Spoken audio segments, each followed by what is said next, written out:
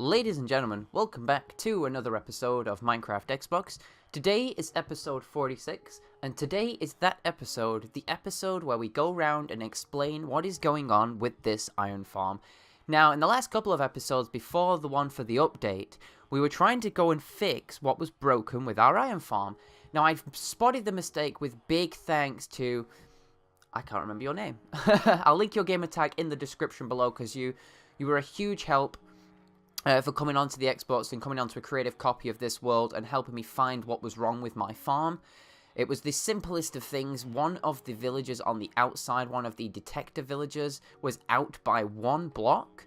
And it turns out that zombie sieges can also break the farm as well, which I've learnt recently, but that's not the major issue. The main issue was the fact that one of these was out by a block. The tweaks that I've made so that I can have the villagers drop down and back up doesn't affect the rates of this farm. So, as the episode is going on, we're going to leave the farm running. Now, there's a quick way we can speed this up, is if we just grab all of that out of there and shove it in there. We can then run around to the button which activates. Oh, I just didn't need to fall off there. Let's just fly back over. It's not really going to do anything anyway. It won't spawn golems until about village 5 or village 6 is in. So it's not really an issue falling off at this stage. So if we just jump back across... we want to go down here and press this button, which resets the line, which allows the villagers which are detecting the doors on this side to go out of range of the doors. The door range is 16, and the villagers are currently 18 blocks out of the range, which means these villagers in the center can't detect the doors, which means all the villagers have been cancelled out. There is no villagers in this area at this current point. Now, from this point, it will run for about about a minute and a half, 120 seconds or so, at which point this clock will start ticking, which is the amount of blocks, by the way, we put in this system. So when this changes, you'll hear it click. So that's how much it's got to run, and that's basically just to test how long it will take until the villages are all removed. Because every time you load the world up, especially on the Xbox and the PlayStations, the villages get converged and merged together. You end up with one giant blob of a village rather than 32 individual villages, or 64 if you've got that farm, and so on and so on. So as this gets done, you will first of all notice this kicking in. We're going to wait for it just a couple seconds. It should almost be done by now. If not, we can just track it by the hopper clock, which is running underneath again. We can just go down here and show you. 6, 5, 4, 3, 2, 1, and it gets going. You hear the double click, and the item inside the dispenser starts to rotate. This is essentially an etho hopper clock here running in the background, and every time it does that and it runs for that clock, it turns this torch off, which allows the item to move on. It's in the hoppers below. This item here, this one stone block, to move by 1. Every time it moves by 1, the farm updates and the villagers change. Now, the first signal, which you can see has just gone there, which if we get up to the top, drops this villager down. The first signal on this line here drops the villager down. The second signal as it moves to the next block is this line here, which runs up the top, and that reduces and opens up the village skylight to allow you to start generating villages. It does this one over here, and then it does this one over here on this side, as you can tell there. That's to keep the center of this village in the middle of the farm, otherwise it won't work. From there, it moves on to the next villager, it drops him down. Then it goes to the next side, it does the next piston on this side, and then it drops him down over there. And that does all of that, and essentially that is the end of the circuit. But then it needs to kind of have a bit of a rest period. So from this point here, it moves through 1, 2, 3, 4, 5, 6, 7, 8 cycles of the clock, should I say. I kind of missed my words there. Until it starts again. So if we time this just right, we should be able to see where it is. So if we wait a couple more, it's still in the system there. So if we wait for this to drop, from here we should be able to see this villager here drop. And there he goes. He's dropped down. And he now detects this door, and the village that is underneath the sticky out part there. As you see, the villager got raised up. That got drawn back there. There is now 2 there. And it is holding for 6 seconds. A minimum 6 seconds. I run mine for a bit longer. He drops over there. And then as it runs round, you'll see the second one of these pistons move. Or should have moved. There it goes there. Gotta wait for the 2 village systems because it kind of drags the village over there. It goes like drag to drag, and then it drags it out there, so his center point's about here, drags him over there, so the center point's there, and then kind of just shoves that into the center point to center it all out in the middle. And that's essentially all it does, is it just repeats and locates the circuit. Down here on the side pieces, from this line here, it's the same on both sides, just in reverse. It starts here, you've got the signal which runs down this way, into a dispenser, or a dropper should I say, full of 64 stacked items. This one is empty, with a 3-tick repeater on the top. From here, you've got 3 comparators. I nearly lose my words again. We've got 3 comparators. 2 are in subtract mode. This is your reset line, which is what you essentially press at the start. You've got a torch, a comparator that's not in subtract mode. I need to stop doing this because it's really disorientating. Then a repeater to boost the signal over to the second section, which really isn't necessary until you're about 3/4 of the way through it. But when it does that, this will unpower, which will power this, which allows the signal to transfer through here. And then the same again, we've got stacks of 64 items in here, the exact same system here. Then there's the next part, and it rotates. Over here is slightly different. It's only a stack and 60 in that one, and then 42 in the furnace, and that's just to reduce the last 4 beyond this one. Oh, it's 3 even, because that's on the 4th to the end one. It's the same on both sides, really. It's nothing really complicated. You just got to kind of get your lines in the right place. Now down here we've got 3 comparators on normal mode. They're not on subtract. I'm trying to get to the point of, you can see this piston here. So off the back of the clock, we've got a piston. It's a sticky piston with a block, but it'd work with a sand block as well. A 2-tick repeater, which runs into the side of that block there, which is essentially the one that stretches the signal.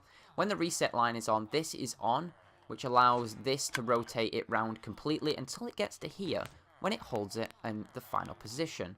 Down here it gets a little bit tricky, it's a bit fiddly, and I do recommend you following the tutorial. Oh my, hello. This might have been why my farm wasn't working, because they're tracking zombies. This is stupid. These shouldn't be spawning.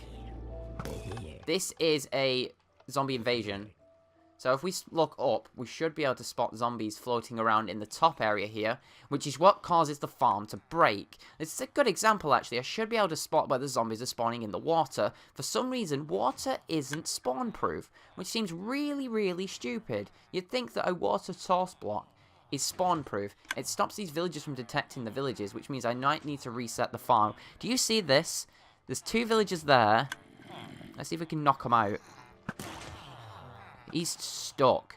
Like, this is a zombie invasion. Okay, he's dropped down. I'm going to go and kill him. This is what's ruining my farm. Is the fact that we've got zombie invasions going on inside my doors. Now, I need to go up and check both sets of doors now that we've kind of gone through the explanation phase. This is because I play on hard. This is the only reason this happens, is because the zombie invasion acts out on hard. I'm not sure if they act out on normal or easy. I've never played the versions too much to really get into them. But there's no zombies on this one, which is a good thing. But there is a door missing there. Oh, no, we have got zombies. We have got a zombie, because it's destroyed 3 doors on this section. I actually haven't even got any doors on me, because I wanted to go and kill a wither today. Which means I'm going to have to shut the farm off and go and get some more doors.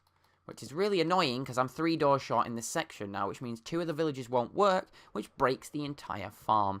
Bit of a problem fixing as I go along here. I'll get to the nether portals another time. That's not really important today. That's my shulker box in a chest, because I'm not trusting it until the update says that they are not losing their items anymore. It's not worth me losing, like, years worth of farming redstone up for. I also need to get more fireworks as well. There we go. Let's fly up. That was, like, 6 in. There it is. It's down here.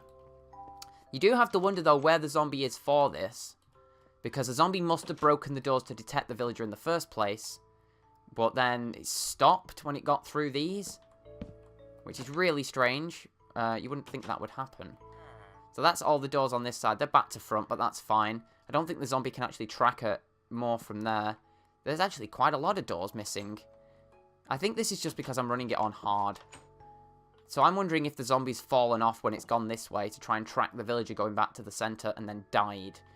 Let's just give it a quick scan over on both floors. Let's go to the other side as well, because if it's happening on this side, it must happen on the other side. This is the one side I have seen them spawn on, though. They've destroyed it previously, which is really annoying. Okay, so we're in the doors here. I'm not seeing any damage to doors on this side of the map, which is good. But we need to check up top yet. So, looking down these both sides of doors, it looks like we're okay. I'll give them a full scan over, but I'm going to have to reset the farm because of that discovery. The villagers would have been scared. Let's try and get up. There we go. So the way you reset the farm is dead easy. You just press the button. The button that I press on the lever on the other side is the shut off button, which really doesn't allow anything to happen. But yeah, so essentially, I would recommend you following the tutorial nice and slowly, pausing the video, and going over there and just basically take your time with it if you're going to build the iron farm that I've got in my world. I can show you the results I got from a couple of hours of AFKing. It was probably 4 or 5 hours worth of AFKing. My farm seems to run a bit slower than the rest of them, but I think that's due to me being in an amplified world and things like that. So, this is what we've got so far. That looks like 6, 12, 14, 22, 29, 34, 37, 39, 44, plus I'm presuming, what, 4 or 5 stacks in here. So that's 52, plus most of a chest, essentially. So I've got about a chest and a half worth of stuff, which really gives me more than enough to do what I wanted to do initially, and that was to get myself a brand new beacon, which means, actually, thinking about it, I'm going to change dimensions, which will also break the farm, and it will shut off the redstone. So there is very little point to me going anywhere until I shut this off.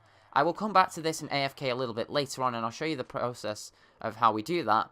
But, moving on, we might as well show you what else I've been doing, and that's been linking up some brand new nether portals. I've been sick of flying over to the base and getting stuck and getting lost, so I thought I would link up a nice little bit of a nether portal system over here in the center of the world. 4 portals connected together. What could possibly go wrong?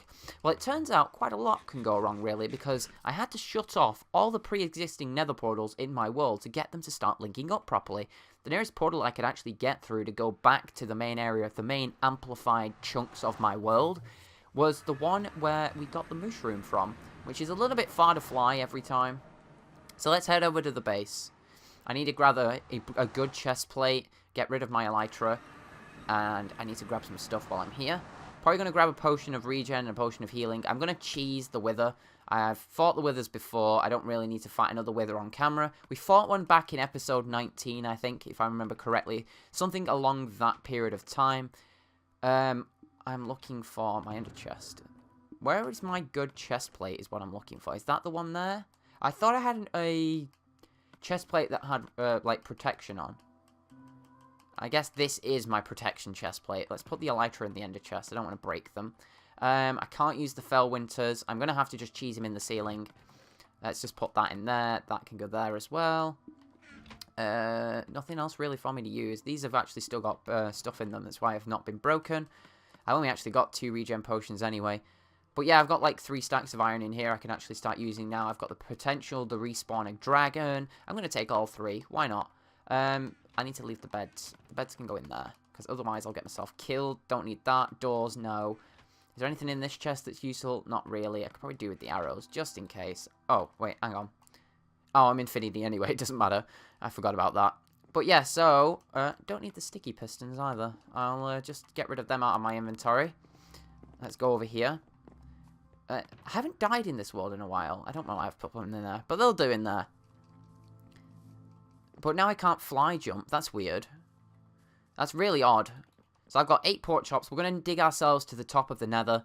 We should get a load of netherrack to deal with it. I just don't want to get myself killed by a ghast or have my portals blow out. That is a good shout for a flint and steel before I head into the nether. Let's just grab one of them rapid. Well, essentially, it's really easy to cheese a wither. You just have to basically spawn him 2 blocks below the ceiling. You place him in sideways and he spawns basically upright. This chest is what I'm looking for. No, there's none there? No flint and steels? I guess I must have one down here then. Come on, break. There we go. So one down here. There's a flint. Flint and steel. There we go. How do I get back up out of this place? Now I've put that chest there. You can probably see, the underside of my base now. How it's cheesed its way to how it is. There's one there, and jump out, place that there. There we go. I'm going to grab some more food then while I'm here, because only 8 pork chops isn't going to be enough. Let's grab those. That should be fine. So, let's head into the nether again. Let's go and get this wither killed. I also want to start setting up stuff in the nether again. I want to get some stuff for wither skeleton farming, because I want to set up a amplified world full of regen beacons, at least. But probably more likely to the point, haste 2, speed 2, strength, things like that. Let's go into the nether. You can see the that chunk thing there. So this portal is the center of the world. This is obviously the base, and this one is the skeleton farm over here. But let's go in the caves over here, and let's just make ourselves a nice tunnel to the roof of the nether. Let's hope that we don't hit any lava on our way up. But efficiency doesn't work at the moment either, which is annoying, which basically means I've got to use it like a normal pickaxe. But I can't risk the lava in the nether, so I'm going to just dig a staircase. I'm hoping that I can find a nice area at the top of the nether and just dig it out rapid. But then again, this, I think the opacity on the inventory has changed as well, because I'm noticing I can see the decreases in durability much clearer than I used to. There we go. Let's keep going. What we got here? Bit of a cave. The easy way to the roof. Oh no, it just goes straight down. It's no good.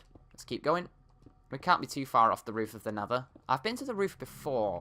I think that was before I reset my nether, though.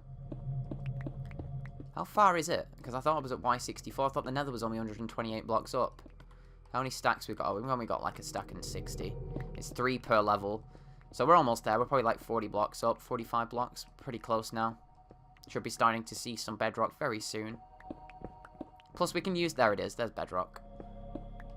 Let's see how high we can get this dug out. Let's see if we can find anything useful for space. That looks like the prime space to do it, but we can't have air blocks like in spaces next to it as well. So this is going to be useless without finding a good spot. But the bedrock's quite low here. Let's see if we can go over this way a bit. There's some space. I'm looking for like a decent flat area, which we might struggle to find with bedrock. You don't really get consistency on a flat bedrock ceiling. It's all jaggedy and it's all like this, really. You can kind of see it above my head. We've just got to kind of keep an eye on it and see if it opens up to a decent area. Now, this isn't bad. It's just he might be able to escape from the fact that it's not the high point in the nether. Let's see what we can find. This probably is going to be the best we'll get. Okay, so I think I found us a good location. There's a bit of a flat bedrock area here. It's not too far from where we originally dug up. It just took a little bit of finding because obviously you've got to dig around a bit in the bedrock to find these good flat locations.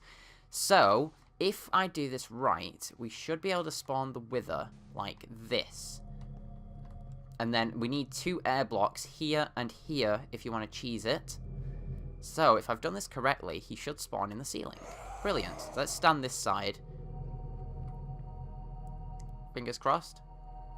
You're going to explode. Oh, there he is. There we go. We can just cheese it. Because he spawned in the ceiling, he's rose himself up, and then, yeah, he can't hit me. There we go. The easiest wither ever. I should kill more than one wither. But yeah, we got ourselves an easy nether star, and that's how you kill a wither really quickly. Nice and simple. It just took me long enough to actually find it, then kill it. Just find that nice, good area that we've got. So let's go and make ourselves a new beacon. Now I'm thinking setting up a huge beacon in the middle of the world, like at 0, so that I know when I'm placing beacons down in the future, I can place, well, essentially I can place them wherever I need them, knowing that the radius is right for them. So we need to head over to the base first, because I'm going to grab all the iron that we've got down there. I'm going to be very careful of these ghasts first, because there's 3 of them. I want to see if you've dropped anything for me. You better have done, because I switched to my sword, so the looting effect should have been in play. Yeah, 2 gas tiers. I'm going to just snag a couple gas tiers while I'm here.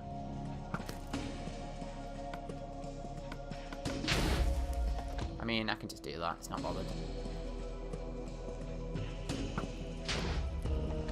I want to try and kill it with its own fireball and then get the looting effect. That's what I'm trying to do. I don't really mess about in the nether too much. It's not the smartest of things in the world to do. You're going to get over the thing, so I actually can't get the loot. No. Oh, I forget I've got the punch bow on. There we go. Got him. Right over in the corner. I think he's over the land, isn't he? Yeah, I can see his XP there to my right-hand side. Let's get past all this lava. There's a wither skeleton down there. Let's hope he hasn't got a way to get to me. Otherwise, I'm screwed. Not seeing any loot. Oh, well, that's a shame. Let's just knock the wither skeleton off. Goodbye. There's a blaze down there as well. Yeah, I don't really need to be in the nether any longer than I need to. Hi, Ghast. You're just in the way. Oh, he actually launched me up there. Interesting. And you've dropped some gas tiers as well. Nice. I just picked up 6 gas tiers from 3 ghasts. There's some skeletons there. Yeah, I'm going to head back to base. That is the first thing I'm going to do is head back and dump off all this netherrack that I managed to grind myself up. Drop off the potions. And then we'll go and make ourselves a nice beacon. I'm thinking of a 4-way beacon, but I don't know how expensive that's going to be. I'm pretty sure it's very expensive. Wow, is there really that lack of spawning space that the sheep spawned on the grass in my base? Now that is something. I've never seen that happen in 2 and a bit years of playing in this world. Even longer now. God, it's even longer. It's almost 4 years. Wow. In this base anyway. Base began in September 2013. So yeah, it's almost 4 years. Wow. That's something. Drop them off. I might as well put the gunpowder in there as well. Gas are also a good way of getting gunpowder. Just remembered. So I need some glass. We need some obsidian. And then we can make ourselves the beacon. I'm going to drop off all this netherrack while I'm down here. It saves me leaving the beacon center. That beacon is actually center base at the moment. Netherrack can all go up there.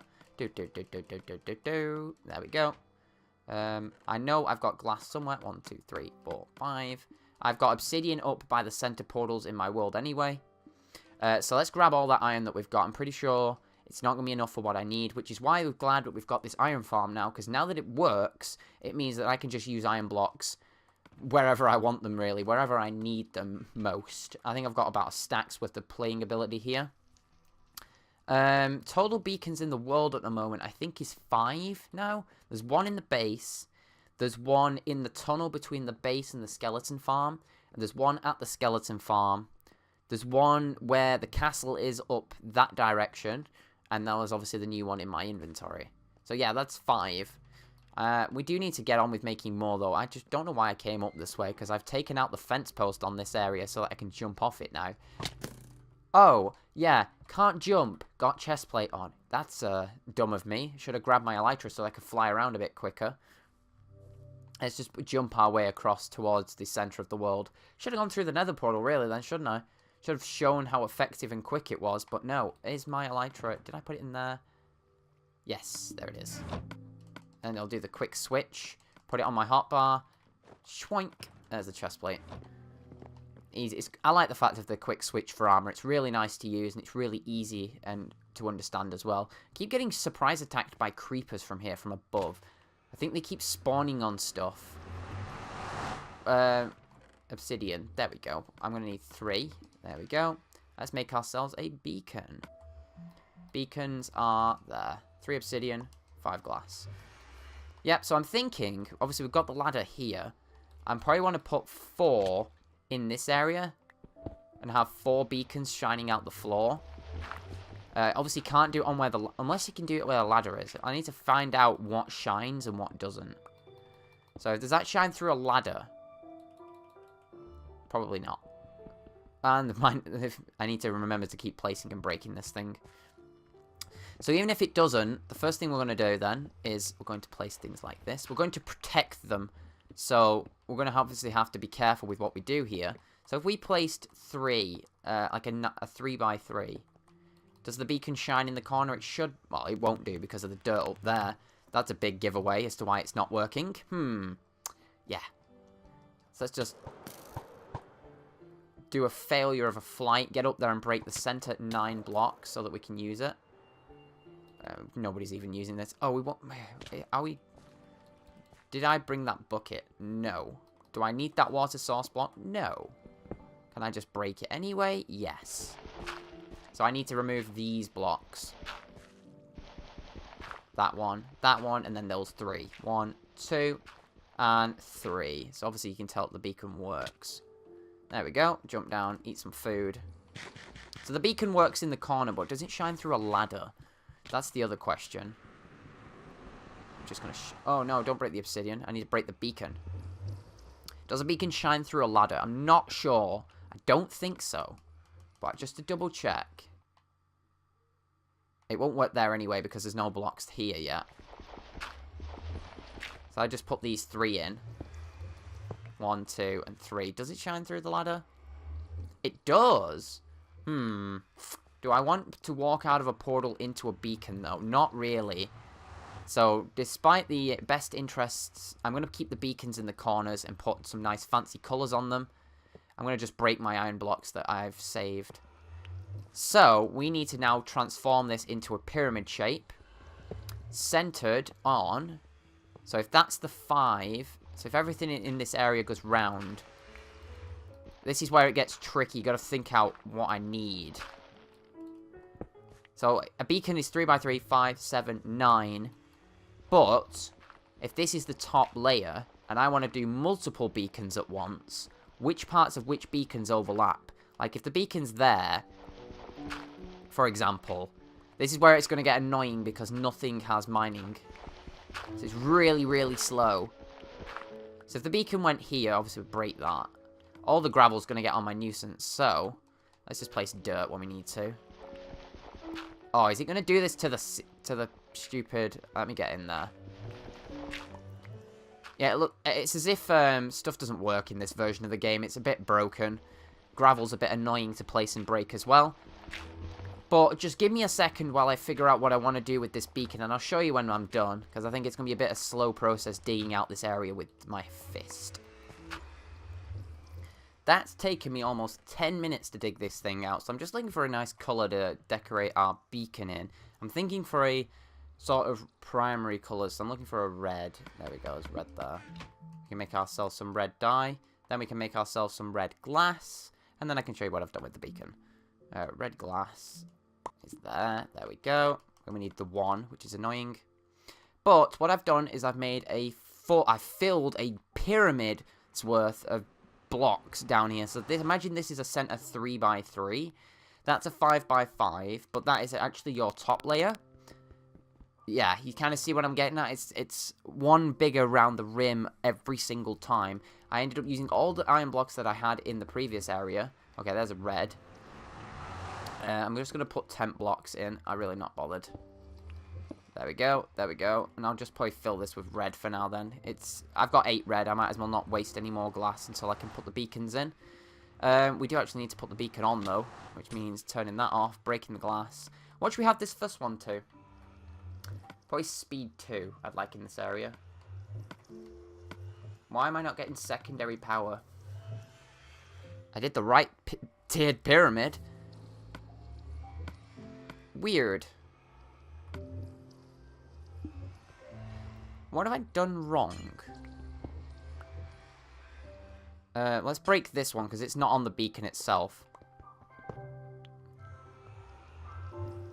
Oh, I haven't. Okay, this is an absolute disgrace. I haven't done this right. Let me break this. I've actually placed it 1 block too high, is what I've done. I knew I'd done that. I just couldn't check what I've done properly. I'm going to end up using more blocks than I've got here then. So, it's another 5 by 5 here, is what I've ended up doing, which means I'm going to use almost all the iron that I've just taken out of the iron farm chest. Which is fine. Honestly, that's fine. That is why I took that block out in the first place, which is why it didn't work when I placed it down in the corner originally. So, if we place it there, we can probably just place iron blocks here, here, here, and here. I'm going to probably just place, like, glass blocks probably there. That's probably where we can place the glass, so that obviously you have to come in and out this way. And these can be all beacons eventually. So let's turn it to speed 2 now. Oh, look, it's working now. Amazing, isn't it? That was me just being stupid. So I wasted an iron ingot trying to set speed 2. Where's speed 2? There's speed 2. That's all good. It does make your field of view really weird and really strange. But let's see what the beacon looks like from the middle. Oh yeah, I'm proper quick. So I actually pick up speed quite far out, which is cool. But yeah, so that's about going to wrap up this episode of Minecraft Xbox. We got ourselves a new center beacon in the world. I'm going to set up 3 more will join them. It'll probably be 1, 2, and 3 being that one over there. I do need to tear this one down, Because I don't need it on haste anymore. Do I pick up haste still from it? Should do. Or is it turned off right now? I think I turned it. No, it's on. But yeah, that about wraps up this episode, everybody. I hope you've all enjoyed. It's a very iron-based theme episode. We did a lot with the wither. We killed a wither and made a brand new beacon, which has taken up 4.5 stacks of iron, which is all generated from our amazing iron farm. Thank you very much for watching, and bye-bye.